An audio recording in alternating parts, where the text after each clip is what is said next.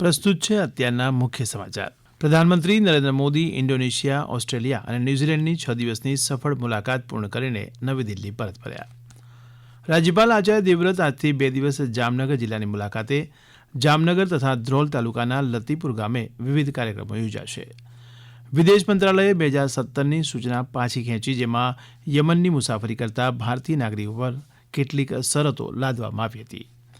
કર્મચારી ભવિષ્ય નિધિ સંગઠન ઇપીએફઓએ એમનેસ્ટી સ્કીમ 2026 રજૂ કરી, જે પ્રોવિડન્ટ ફંડ ટ્રસ્ટ ચલાવતી સંસ્થાઓને તેમની સ્થિતિ નિયમિત કરવાની એક વખતની તક પૂરી પાડે છે. ભાવનગર શહેરમાં સરદારનગર વિસ્તારમાં આવેલા રંગભુવન ખાતે કેમ્પમાં આયુષ્માન કાર્ડ, વયવંદના કાર્ડ તેમજ આભા કાર્ડ બનાવવાની કામગીરી હાથ ધરાઈ. ચોમાસાની ઋતુના આગમનને સંગીતમય શૈલીમાં આવકારવા માટે ધોરણ 5 થી 9ના વિદ્યાર્થીઓ દ્વારા સ્વામિનારાયણ ગુરુકુળ સરદારનગર ખાતે વર્ષા ગાયન સ્પર્ધાનું આયોજન કરાયું.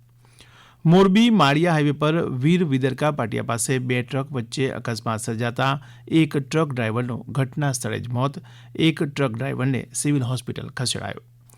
રાજ્યમાં અત્યાર સુધીમાં સિઝનનો 24.64% વરસાદ વરસ્યો. સૌથી વધુ દક્ષિણ ગુજરાતમાં 34.70 અને સૌરાષ્ટ્રમાં 27.61% વરસાદ.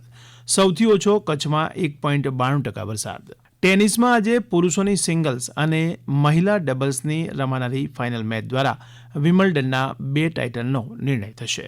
હવે પછી આપ બપોરે 1:20 રાષ્ટ્રીય સમાચાર સાંભળી શકશો. નમસ્કાર.